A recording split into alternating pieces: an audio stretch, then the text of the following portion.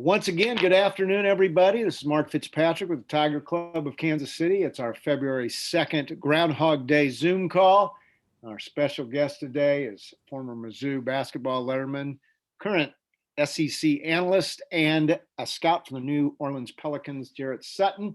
Before we get started, I'd like to thank all our sponsors, Chicken and Pickle in North Kansas City, the sports scene in Lee Summit, Conrad's Restaurant and Ale House in Liberty, Tiger Board out of Columbia, and finally Staples Grill in Kearney.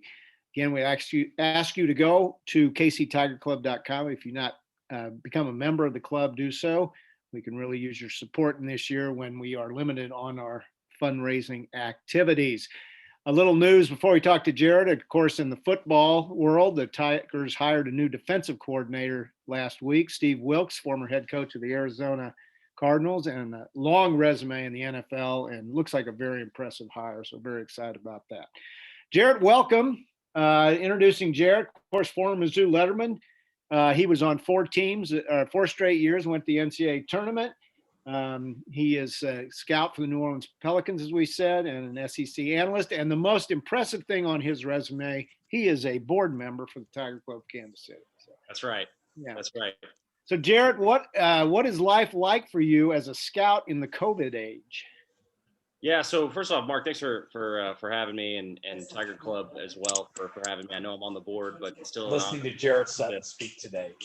Yeah, it's a unique world right now for me professionally. I was just talking to you before we got started about just my travel schedule. Not flying, haven't flown on an airplane in a year. It's really weird to say. My general manager kind of shut that down. We don't allow scouts on the road. It's team to team. So some teams will allow a few scouts to get out. We do not. But that is going to change next month. I will be able to fly. I'm going to cover the G League bubble down in Orlando. I'll go see Florida State, who's got a prospect that's kind of going to be in our range, possibly in this draft coming up. So I am going to be flying again. It's just been local games I've been hitting. Mizzou, Kansas, Creighton for the most part. To try to get to as many SEC, Big 12, Big East games, Nebraska, obviously. I cover Big 10, but Big 10's not allowing anyone.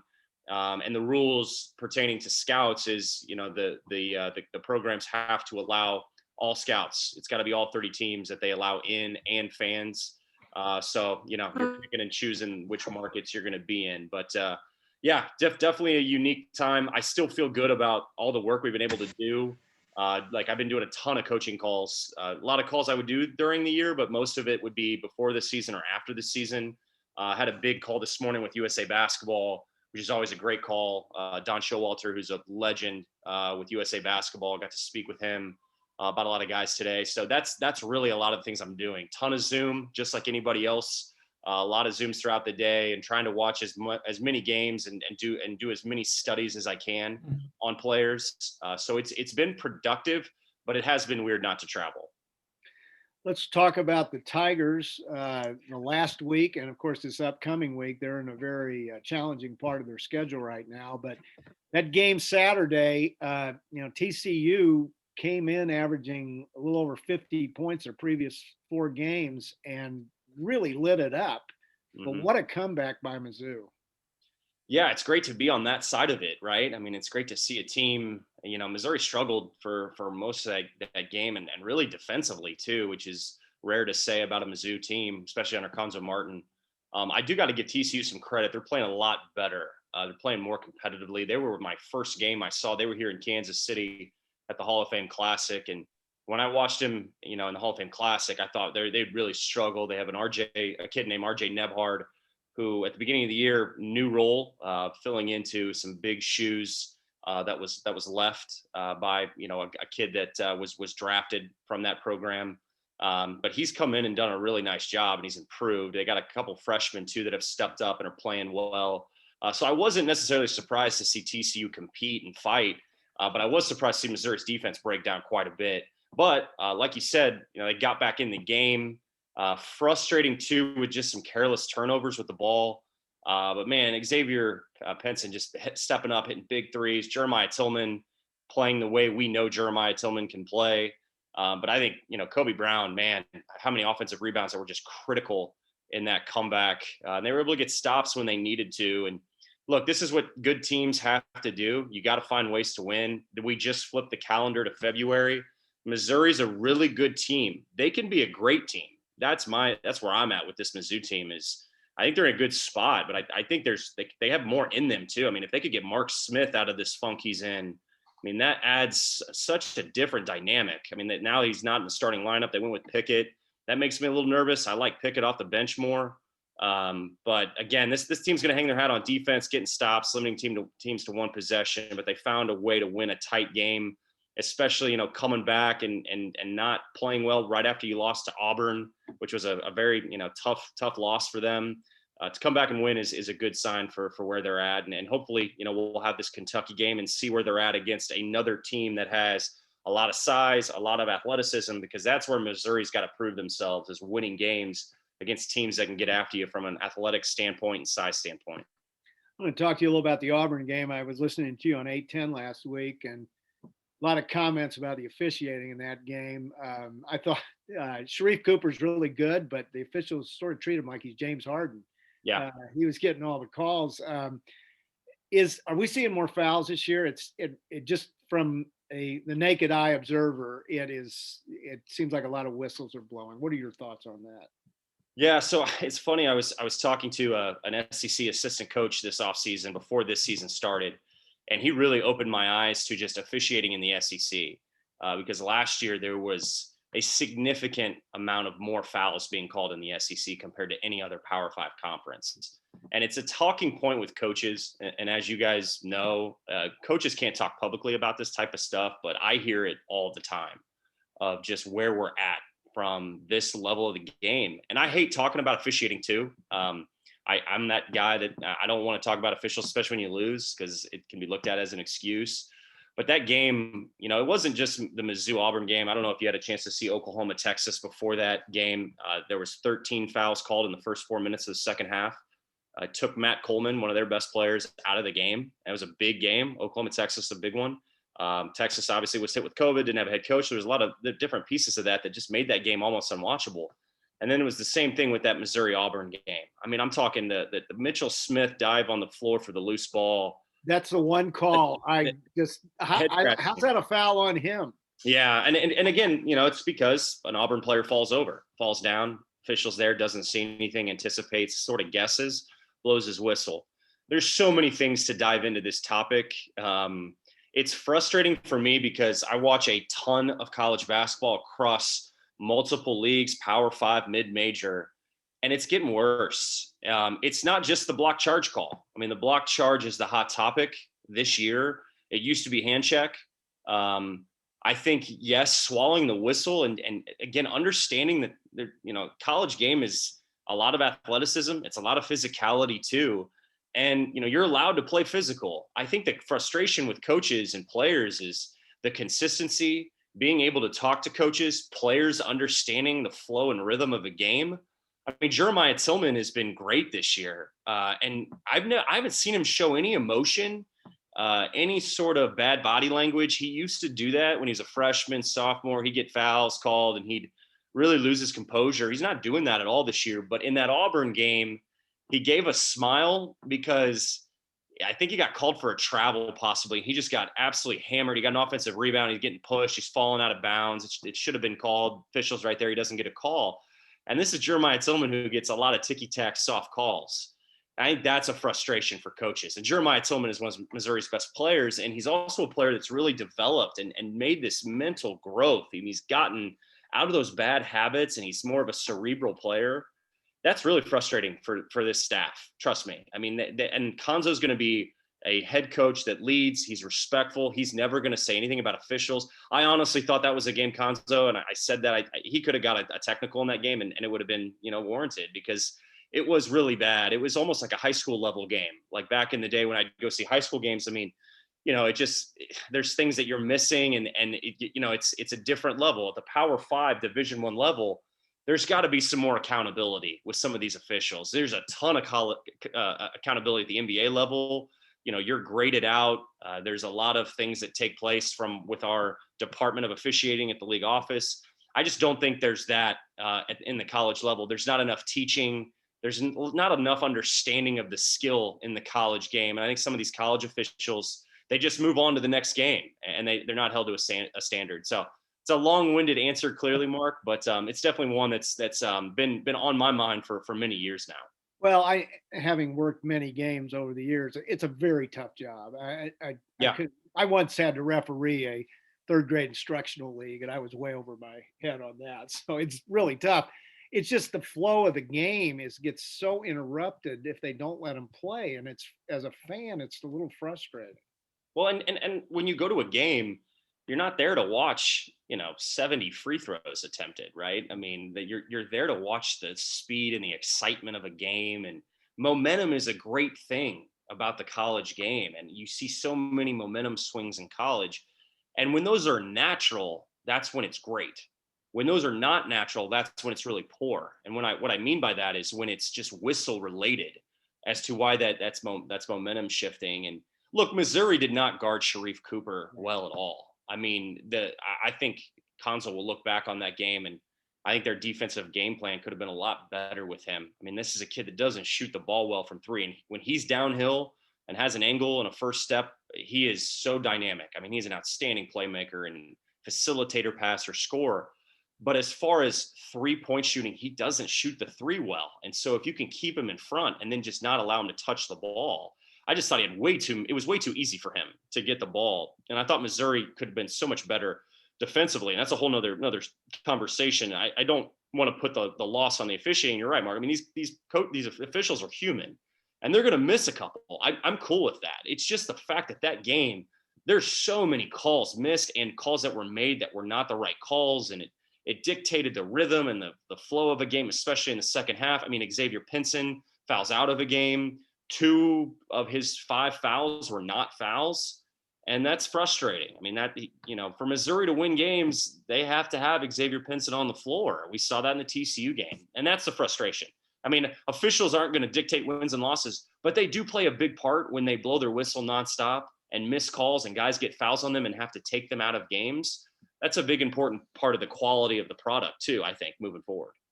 Let's talk about the Tigers' upcoming week. Of course, they were scheduled to play Kentucky tonight. That game has been moved till tomorrow. It's a 6:00 tip-off. Game has also been moved to ESPN2, so make a note of that in your watching schedule. We take on Kentucky tomorrow night, Alabama on Saturday. Kentucky 5-10. Obviously, they're not what they were, but they beat Florida by 18. They beat LSU by 13. Tough game. I still think it will be for Mizzou. Give us a little bit of a scouting report. Yeah, it'll be a tough game. Kentucky's played better in league play. This is a team that if Missouri comes out and hits them and makes them feel their presence, right? If they dictate tempo, if they kind of put their brand on this game, Missouri should win this game. Kentucky's a team that will lay down. They are a team that does not like physicality. They're a bunch of young players. They are very talented. They have a lot of length. They have size. Olivier Sarr will be interesting in this game, I think. He's probably been one of their better players. He's a 5-man stretch 5. They got him in the transfer portal. He had the waiver, so he's playing right away. A game that I think will be a tough matchup for Jeremiah Tillman. I think Jeremiah has the advantage because I think Jeremiah plays harder. I think he's got a much better motor than Sarr, but Sarr can step out and shoot it. So I would expect Kentucky to try to put Jeremiah Tillman in the ball screen as much as possible.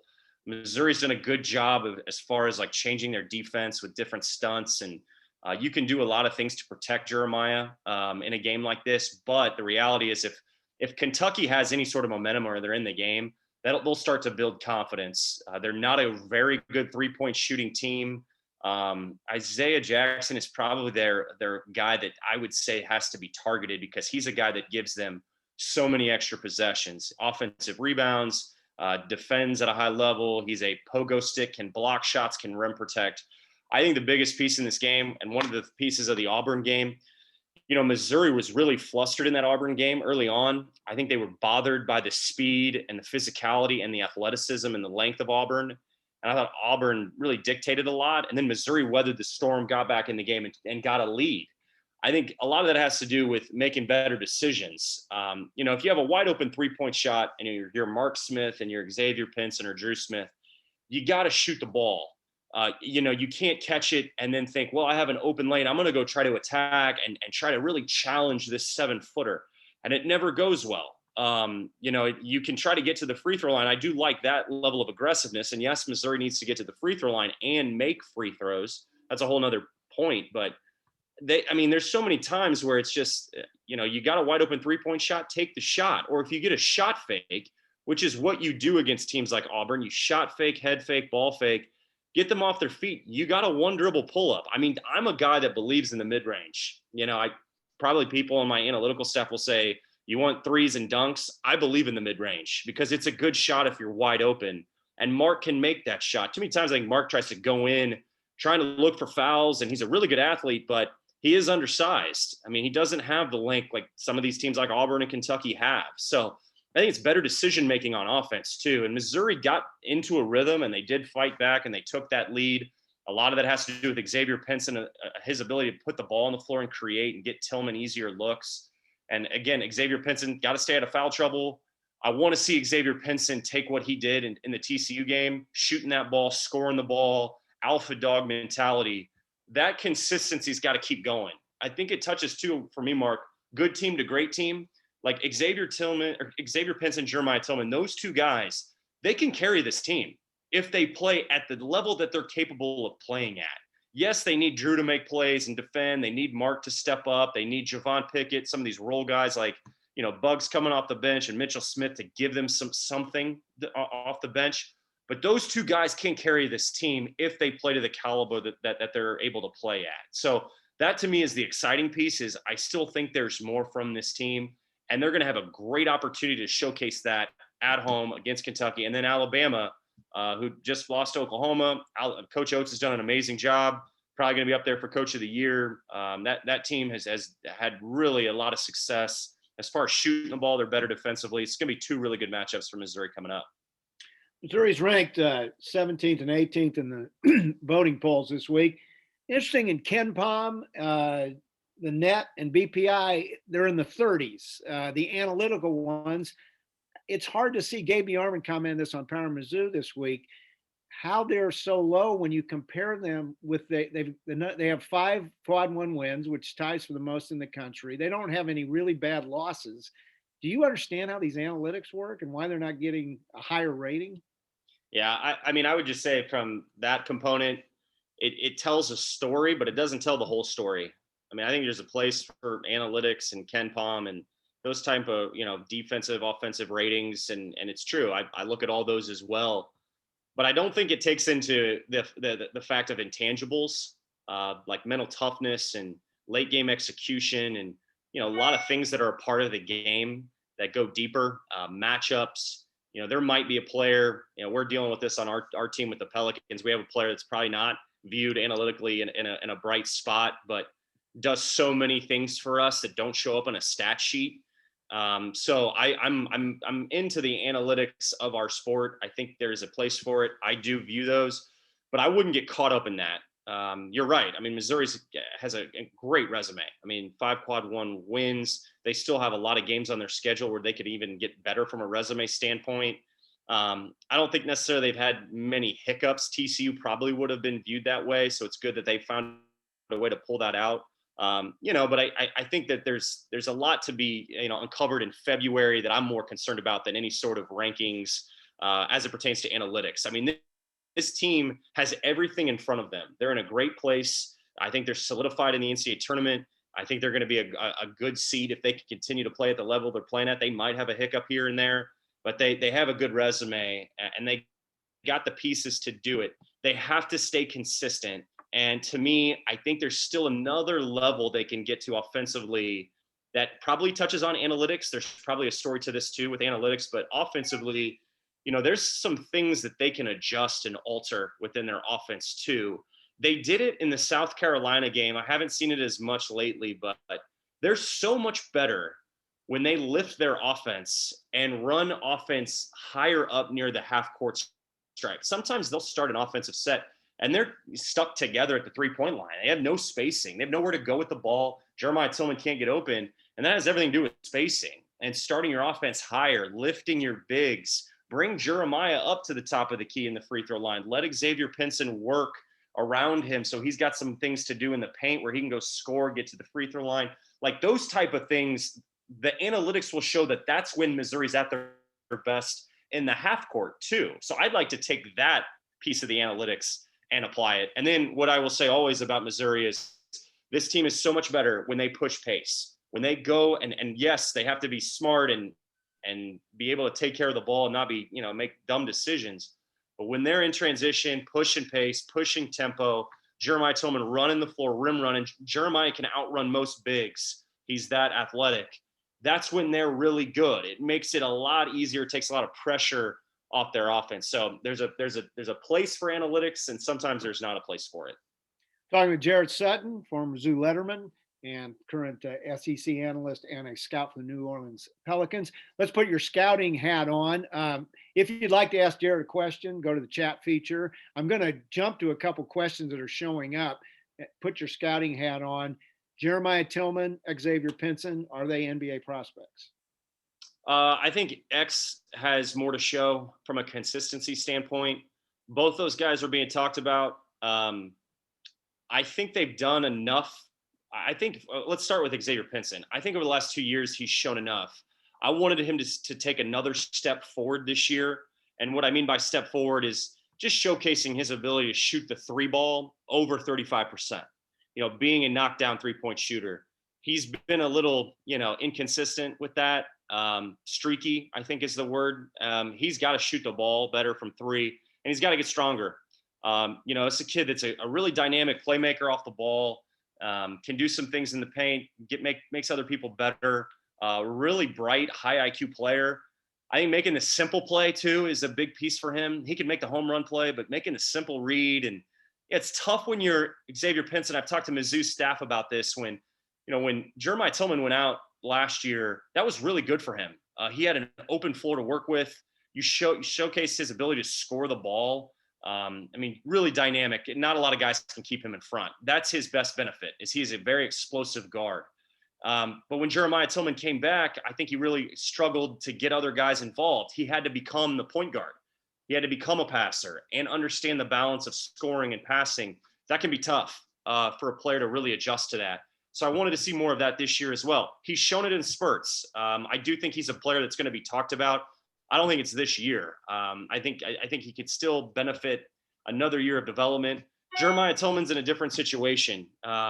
He's a guy that I don't think him being a draft pick necessarily is going to be there. I do think he's going to be a camp invite. I think he's shown enough. His footwork and skill around the rim is of benefit. If he would rebound at just a high level, if he was averaging 10 rebounds a game, blocking shots, rim protection, if you're a true five-man in the NBA, you got to be a rebounder and some level of shot alter or shot blocker. And Jeremiah Tillman does that, not enough. Not enough to really hone in on him as an NBA prospect. He's been better of staying out of foul trouble. That's always been, in the back of everyone's mind. You can't talk about him because he can't stay on the floor. Well, now he can stay on the floor. And, man, you can see what he can do. He's been great over his last 6-8 games. Has to make free throws. A big part of his job. If he's going to play at the next level, you're going to get fouled a lot. Got to make free throws. So there's a lot of conversation about him maybe being an undrafted guy. Could be a G League guy. If he really loved the game, and that's a question that I don't know enough of. If he loved it enough and was willing to work and put time in and have a year or two in the G League to develop, he might have a place off a bench in a rotation. Yes. Xavier Pinson could play himself into a backup point guard role too. I just don't think he's there yet. Okay. Interesting on Jeremiah, you talked about block shots. In the last 5 games, he's had 17 block shots after I think he had 2 the whole season. It's not some minuscule amount earlier. So he looks like he's playing a better role defensively. And I think the team as a whole needs to shoot free throws better, which was a real strength last year. And it seems to have deserted them of late. Yeah, and I think I would add too to that, Mark, when we talk about NBA players, like there's still a long way to go, right? I always laugh when people put out their like mock drafts right now, because it's just like, that's great, but we still got a ton of evaluation to go. I mean, there's a lot of games to be played in February. You've seen it before. I mean, players can really make a name for themselves in March. And that's what I really want to see from Jeremiah Tillman is he's got a great opportunity in front of him. Like he's finally playing really well. And you just touched on the block shots. I mean, if he can do that and then take this team on a run to the Sweet 16 or Elite Eight, I know that's a big statement. I mean, if he does that, man, people are going to notice that. People are going to see that. And that to me is impressive. But, the comments about free throws too, like those are personal. I mean, that's all confidence. I always talk about like the 3 C's: comfortable, confident, consistent. You got to have all 3 of those if you're a really good free throw shooter. And, some guys have 1 of the 3, some guys have 2 of the 3. The guys that are above 85% have all the 3. And Jeremiah, it's all confidence. At home, especially when, he's on the one end of the basket near the tunnel that Mizzou runs out of, he shoots free throws pretty well. When he's on the road, he struggles. I think it's all just mental, and that's a lot of repetition. That's a lot of what you're telling yourself. I don't think it has anything to do with like your free throw routine or anything, but it is a lot to do with confidence, I think, with Jeremiah Tillman. But as a team, that's what gets you beat in March. If you don't make free throws and close games out, I just talked yesterday about the Kim English rule when I was in college. I mean, stepping up, making free throws to, advance yourself in the tournament. Got to make free throws, especially when this team is going to have probably a lead, you'd hope, in an NCAA tournament game. We've seen this team struggle to take care of the basketball and close games out and make free throws. You have to do that in March. It's winning time. You got to do that. And that's definitely an emphasis, I think. Again, you want to see that as a positive trend in February before you get to conference tournament play in the NCAA tournament. We're going to get you questions in just a second. I want to ask you one more about the NBA season, cut to 72 games. Pelicans, your employer, had a little bit of a tough start. Rumors of trading Lonzo Ball, JJ Redick. What's your role now in trades? Are you involved in the scouting of potential trade partners? Yeah, it's a great question. So, I cover mostly college. I have primary responsibility over Big 12, Big 10, Big East, and SEC. So I'm over 4 major leagues from in the college space. My boss, Trajan Langdon, who I've worked for 4 years now, I have a great relationship with him. I did a little bit more pro last year. I'd go catch maybe one NBA game a month and do some evaluation and gather some background. Trade deadline time is always a very stressful time because you're doing a lot of work as a group. I help our pro staff quite a bit around the deadline. Free agency, I'll help with some things, but not a ton. I do give a lot of input, which is great. We have a great staff that there's never a time where I don't know what's going on with our team, what's going on with our pro staff.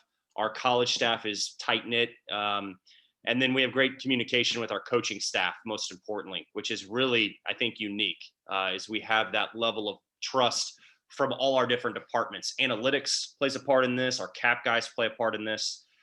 So I feel like I'm in a role where I can do a lot of things and assist with a lot of things, but my primary responsibility is always pertaining to our draft, interviewing our draft prospects. I'm a part of every draft interview we do with players. So I really do more of a deeper, comprehensive dive into the college space, and the draft is kind of my cup of tea. But there's a lot of discussion right now with us. I mean, anytime you're struggling and you got talent on your team and the trade deadline is going to come up, and right now we're in a place where we'd be probably in the top 5 drafting, and I didn't think we'd be here. I thought we'd be in that 13 to 15 range, so that's not a good thing. But at the same time, you can get a great player there. We'll see where the rest of the season goes. There's still a long way to go, but a lot of conversation pertaining to guys that are possibly in that trade conversation. But we got a lot of young players we want to play. And Mark, the challenge is we don't have a G League season. Like, we don't have a minor league where we can go send guys to develop guys and get game minutes. We're going to do that in the G League bubble down in Orlando. But, we've had Kyra Lewis, who is our 14th pick in the draft this past summer. You guys will know him from Alabama, great player. He's shown really well in practice. We've gotten him a lot of work in player development, but we haven't been able to get him on the floor. And Stan's an old school coach. He likes playing a lot of veteran guys. Young players have to earn their stripes. We're getting him more time. But that's tough with young players. Trying to get them experience is really difficult, especially when you don't have a G League system. But that's been a work in progress for us as well. And we'll see where we're at, come the end of the season. Who's the best player you've seen in college basketball this year, and who is the best NBA prospect? Oh man, I mean, I think Jalen Suggs of Gonzaga is probably the best prospect. I mean, it's tough with him and Cade Cunningham. I love Cade. Those two guys. A lot of people say Evan Mobley at USC, a 7-footer, that's got like that Durant vibe to him. Really good basketball player, probably up there at the top 3. There's a couple Ignite guys that aren't playing in college that'll be probably in that top 5, but I would say Jalen Suggs is the best college basketball player that right now is in the draft. Cade's had to sit out a little bit with COVID, which is tough. That's a whole nother dimension of this. As far as like best prospect, I still think it's between Cade and Jalen and who you talk to. I think Jalen can do a little bit more defensively, but Cade's legit 6'7", 6'8", and his vision is just off the charts. And both these guys are going to be great pros. And this draft coming up, like 2020, the draft wasn't that deep. It was a very unique draft. I'm actually really glad we had a ton of time since the draft kept getting pushed back. We had a ton of time to just really dive into everything. And this year it's going to be a lot different. This draft is deep. There's a lot of really good talent at the top. There's a lot of international prospects that are going to be a part of this draft. But I think Cade Cunningham and Jalen Suggs are your answer to both those as far as being great college players. And then I would say, I mean, Luka Garza, I don't want to write him off. He's had a great year, great college basketball player. I think Jalen Suggs makes Gonzaga what they are and why they're one of the best teams in college basketball. Jared Butler's probably going to be in the conversation. Baylor's been great, but Suggs and Cunningham, you just can't lose on. Okay, ready for some questions? Which is more astounding, that Dick Vitale left KU, Kentucky, Duke, and North Carolina all off his AP ballot this week, or that he had Missouri number 7? Missouri number 7, probably. I'm happy to know Vitale knows of us, so that's good. Yeah, I mean, I think at this point, I guess it would have been Jeff Goodman after Missouri beat Tennessee, and Kansas was, I think at that point, lost 3 in a row, and I don't think he moved Kansas hardly at all. That was more surprising to me, but hey, good Vitale knows of Mizzou, and Mizzou being at 7 in his poll. That's a good sign. He must be. I know he's impressed with Jeremiah Tillman. He's talked about Jeremiah Tillman in the past too, so that's a good sign. What did you think about Jordan Wilmore getting into the rotation in the Auburn game, and should we or will we see more of that? If I'm being honest, I don't think we'll see much of him moving forward. I think Konzo was trying to get creative. I think it backfired. I don't think that's a game you want to play. I understand why I put him in first and foremost. Obviously, Jordan's got size, but lateral quickness and foot speed, and being able to even play in like a drop coverage and ball screen action. I mean, he's got a long way to go there. Now, I mean, he's a guy that I think has quick twitch around the rim. He can go dunk balls, and he's got pretty good hands to catch passes that Xavier Pinson throws. So I do see some value in him, but I just think with this team, it's you got to be really strategic in how you use him, especially when you put him on the floor in a game against like Auburn, and there's 5 guys that are just way more athletic and way more explosive. That just puts him in a really bad spot. You can spot minutes with him, but an Auburn game, probably not best. I don't think Kentucky would be a game either, unless it's a game that's a game plan where Kentucky's trying to throw the ball inside and trying to kind of bully ball Missouri. Then you might be able to throw them in, but I don't think that's necessarily a benefit or an asset when you're going up against a team with a lot of athleticism. Question about your old teammate Kim English. When will he get a head coaching job, and which school would be possible to hire him? Well, it's interesting. It's a good question, because I just went on with Tim Fitzgerald with Go PowerCat yesterday, and he asked me about Kim English. I didn't know he was going to ask me. There's a lot of talk in K-State circles about coaching and Bruce Weber, and I think Bruce will be back. But there's a lot of talk on those K-State boards about Kim English, which I think that's going to be taking place a lot with a lot of other schools too. Kim is a very charismatic guy. He's a bright basketball mind. He's a great recruiter. He can communicate and can connect with anybody. I think he's going to be a head coach sooner than later. It depends on what level. I mean, I could see a program at a Power 5 taking a swing on him. I think it's obviously he doesn't have head coaching experience, but I do think he's such a bright basketball mind. He's a worker. He's a grinder. I think he'd bring a modern day piece to the game to be able to connect with a 16, 17-year-old kid. I mean, this is an NBA draft pick. It's a guy that still plays like one-on-one with players at Tennessee, did that at Colorado. I mean, I really think he's got a deep level of connection with players that goes a long way. He's a tough guy too. Like, he's not afraid to get on guys. He was always been a vocal leader when he was my teammate at Missouri. He's the same way as a coach. And I really believe in him as a head coach one day. Not sure when that'll be. I know he's itching to get a head coaching position. His name was floated around with the UMKC job before Billy Donlin, which I thought was a really, really good place for him if they wanted to look. And I think Kim was really excited about that. But he's going to be head coach one day. And I'm just glad that he's gotten such great teaching, being at Tennessee under a coach like Rick Barnes. That's a good place to be as an assistant. I think the world of Coach Barnes. I did when he was at Texas and we played against his teams at Texas. He was outstanding. So it's a good place for him to be. And one day he will be a head coach, no question. Question on NBA expansion. With the Royals back-to-back World Series appearances, Chiefs back-to-back Super Bowl, has that raised Kansas City's national reputation enough to put us in the discussion for an NBA or NHL team? And I saw Adam Silver said $2.5 billion was not enough to get a new franchise. So is there a possibility, and who's going to write the check?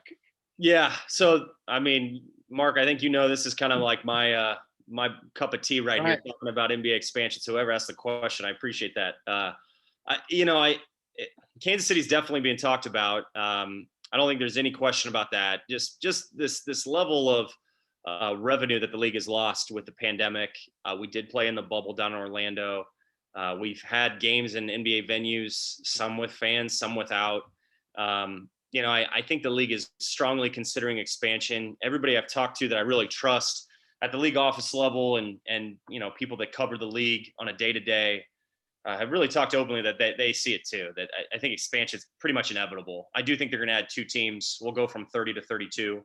I do think it's Seattle, Kansas City, and Las Vegas as the 3 markets. We just have to be one of the 2 is how I say it. We have an NBA venue. It does need some upkeep, but it's a incredible facility for basketball. And I do think that's going to be really intriguing. It's a great sports town. These are eyeballs too that the NBA can really tap into when you talk about going up into Des Moines and into Omaha, Nebraska, and just what surrounds Kansas City. That TV market starts to expand, which I think is really intriguing to the NBA. And I think Las Vegas, not as big of a market as Kansas City, a little bit different dynamic, obviously, in Las Vegas. I do think Kansas City and Seattle would make most sense from a geographic standpoint, how you break out the divisions. Travel and the Players Association are going to be a part of this decision. I think they want to make sure that everything's balanced and I think it is a big, topic of just making sure that when we add 2 teams, we're adding one to the West, one to the East, and making sure that our travel and how we split up the country geographically is really important for the players, especially in the back-to-back world that we're in right now. Players really, I think, want that. So as far as like who's going to cut the check, I think there's people in Kansas City that can be a part of a group. I would say that there's things being done right now, looking at ownership names, both locally and outside of Kansas City.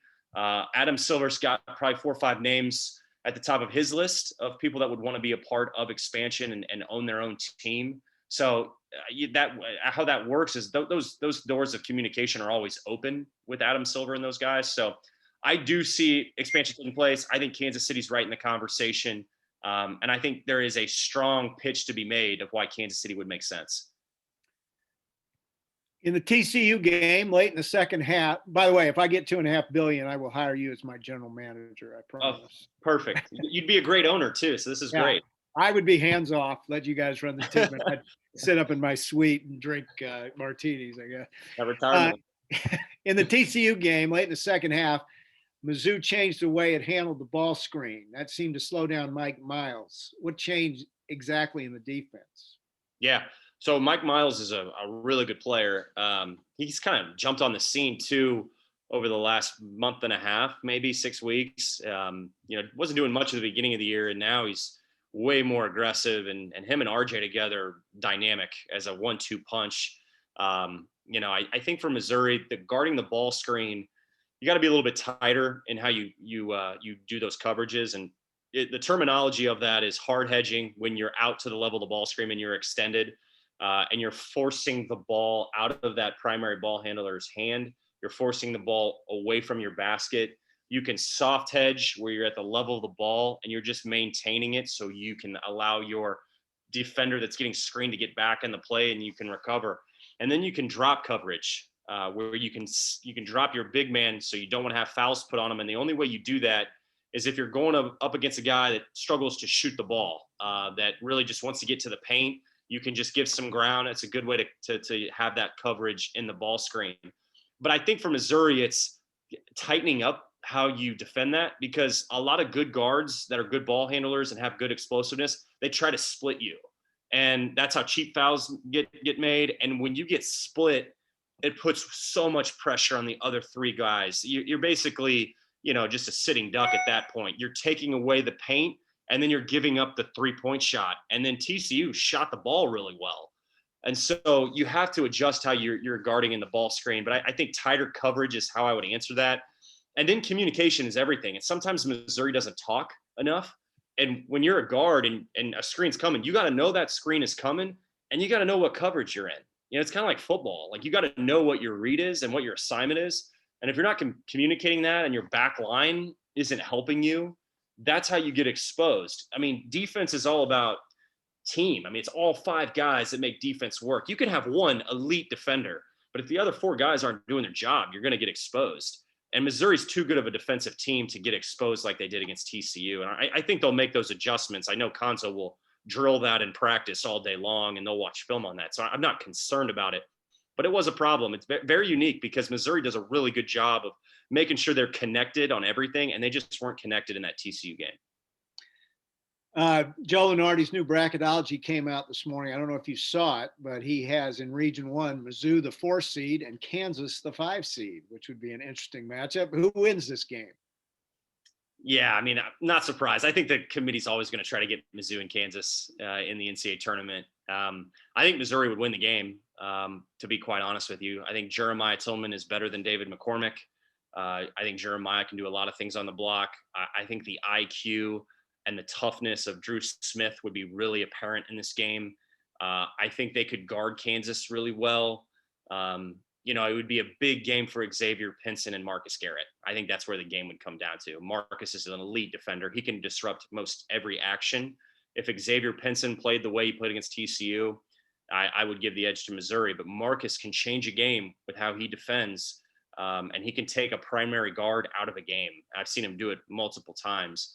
And that is a unique trait. JT Tiller was that way, one of my former teammates. I mean, he could legitimately take away a player. And when you have guys like that, man, it makes you so much better as a team. So that would be the only edge I would give Kansas, is they do have an elite defender that would be matched up against Xavier Pinson. But if Missouri has Mark Smith playing at the level of the way Mark Smith can play, and I hate to go back to him, but I just circle him as the guy that if he steps forward, Missouri's a different team. If he's making shots off Xavier Pinson, attacking and finding him, Missouri's going to have the edge in that game. College coaches get an inordinate amount of attention. It seems to me professional coaching is a much harder job, doesn't get the respect it deserves. We always say college is a coach's game, NBA is a player's game. What are your thoughts? I agree. I think, when you coach at the NBA level, it's very difficult because the skill level is so elite. We're talking about as a team right now, like we're really struggling defensively. We're probably bottom of the barrel, bottom 5 as far as defensive rating goes, defensive efficiency per possessions on our end with the Pelicans. And I mean, we are drilling our guys, and we got Zion Williams and Brandon Ingram and Lonzo Ball and JJ Redick. And we got these household names that people know, and they're elite players, but we're teaching them about defense. We got a young team too. Nickeil Alexander-Walker's going to be a really good player. Virginia Tech kid. I know fans might know that name from the NCAA tournament, but we got kids that are young. They are kids, and they're learning the NBA game, and they're realizing, I mean, they defended in college. We loved them in college of how they defended. NBA defending is on a totally different level because the skill is so elite, and that can just keep coaches up overnight. I mean, it's tough. You can diagram plays, you can put guys in positions, but the NBA game is so tough, and you got to really connect with players. It's all about communication. It's all about trust and being honest with players. You're managing egos, and you're managing different personalities. You're sometimes managing inner circles of players. College, you're really working with academics, making sure players are eligible. You're dealing with what I think is the social media world, the AAU world of AAU, that develops a lot of bad habits for young freshmen. I think that hits on the recruiting front right now with where some of these Power 5 schools that have maybe missed on some players because of background and culture fits. That's a part of the college. I think tougher about the college coaching is you got to have to identify players in your culture, and they're 17, 16 years old, and they might be immature, and that's just a part of being a 16-year-old kid sometimes. But bringing the right people into your program and making sure you're finding the right guys is always going to be top of mind for a college coach, but it can be difficult, especially with this G League situation, players going overseas maybe now. It makes it a lot tougher from a recruiting standpoint. That's not fun. I mean, that's the Quinn Snyder rule, right? I mean, Quinn hated recruiting. Quinn's top 5 NBA coach. Quinn Snyder is an amazing NBA coach. I think he would tell you the same thing. Like, Quinn loves coaching at the NBA level. He loves it because he's got players that play hard and are skilled and want to be good and listen. And he's just got to just pretty much implement his philosophy and system. And that's why the Jazz are so good. I mean, they're really good this year. And Quinn deserves a lot of that credit. So I think that I would just point to Quinn Snyder to answer that question. Yeah, I saw in the Athletics power rankings this week, the Jazz were number 1. He's doing a heck of a job. So. Yeah. Are you in favor of this is an interesting question. Are you in favor of the top 4 seeds sitting out of the SEC tournament to avoid COVID issues heading into March Madness? I have heard that teams could opt out of their conference tournaments. What do you think? Yeah, that's a good question. I see it as yes. I could see where they would opt out. But I think at that point, I mean, most every team could opt out due to COVID. And I've always kind of circled the conference tournaments as very unique this year, just because I think the NCAA tournament is so much more important. I think there's a place, obviously, for the conference tournament. We know that conference tournaments sometimes make a big factor in how you're seated in the NCAA tournament. It is important, but I just think this year is so unique, and we have to be really, strategic. If the ultimate goal is to have a flawless NCAA tournament in Indianapolis, then we really need to make sure we're handling how we're, leading into that NCAA tournament. Is that, canceling conference tournaments? I don't know if I'd go to that extent, but I do think there's probably some ways you can get creative with that. But yeah, I mean, it's an interesting question. I saw that too. I see a place for it, yes, but I also see, teams that are 5, 6, 7 seeds that are going, wait a second, we're wanting to play. We're not opting out. So you get into those conversations that can be really difficult. But the ultimate goal, and I would think this way too, because I'm going to try to go to Indianapolis and be part of these games. I think they're going to allow us in. Is that they have a flawless NCAA tournament and try to make that happen. Because you didn't have one a year ago. You got to have one this year. Last question to put you on the spot. Any thoughts about getting into coaching yourself? Thought about it. Yeah. I try to get involved as much as I can in Kansas City with like youth development and basketball. And I can't do anything from, coaching skills and player development or doing sort of skill instruction, anything like that anymore. I can go and talk to high school teams and coaches. So I try to do that as much as I can. I definitely get a lot out of that. Both my parents were teachers. So I kind of have my background and my master's at Mizzou is in education. So teaching has always been in the back of my mind. It'd be tough if Kim English called me and said, hey, I want you to be a part of my staff. That's really difficult because we were roommates in college. He's one of my best friends, was in his wedding. I'm kind of at that level now where you start to think about some of these things of what happens if he calls. But I love where I'm at. I love my role. I'm blessed and lucky to stay in Kansas City with this job. There's a lot of value to having me here in Kansas City with the Pelicans. So I love what I'm doing. I think at some point, maybe down the road, if the opportunity was there to get into coaching and it made sense and, it was with someone I really trusted and really valued and believed in, I'd consider that for sure. But I love the group I'm with. I work for a great organization, a great owner. My boss I've been with for 4 years. I'm in a good spot. So I like where I'm at, but definitely not off the table. I'd say that. Well, you know your stuff. There's no doubt about that. And I know you're going to do well, whatever phase of basketball you're in. Now, keep working on that NBA franchise, would you? 'Cause That's right. We would love to have that. So You're my owner. I got to tell you everything, right? I got to make I'll sure do you're on top of it. I'd be lucky to be the PA announcer for that. So, Oh, that's happening. That's happening for sure. all right. Hey, Jarrett Sutton, thank you very much. You were outstanding. You can follow Jarrett on Twitter at Jarrett T. Sutton. He has always got some great thoughts while wide. I love your text during the, I think it was the Mizzou Auburn game. You said you wouldn't blame both coaches for getting a technical on this. I thought it was coming. I thought it was coming, but Yeah, it was good for them to show some restraint there. That's pretty impressive. All right. Well, he's going to get us an NBA team one of these years. Thanks a lot, Jarrett. Really appreciate your time. Folks, next week we will double team you with Pat Forde of Sports Illustrated, who's a Mizzou grad, and his son, Mitchell Forde, who's with Power Mizzou. They've been to the flea market personally, and they will be excellent guests. So we ask you to join us. And then in 2 weeks, we'll have Adam Teicher, the ESPN reporter who covers the Chiefs, and hopefully we'll be talking about a Super Bowl win. Jarrett, what's your pick in the Super Bowl? Oh, I got Chiefs. All right. I got Chiefs. I'm gonna go 34-24 Chiefs. All right, 10 points. I'll take it. All right, should be a lot of fun. Hey, folks, again, make sure you pass the word about these and share them on YouTube. We had almost over 200 views in last week's video, and we'd like to keep that up and spread the word, and please join the club. So everybody have a great week. We'll see you next Tuesday with smiles on our face, wearing Chief World Championship gear, I hope. We'll have Pat Forde and Mitchell Forde. Everybody have a great week. We'll see you next Tuesday.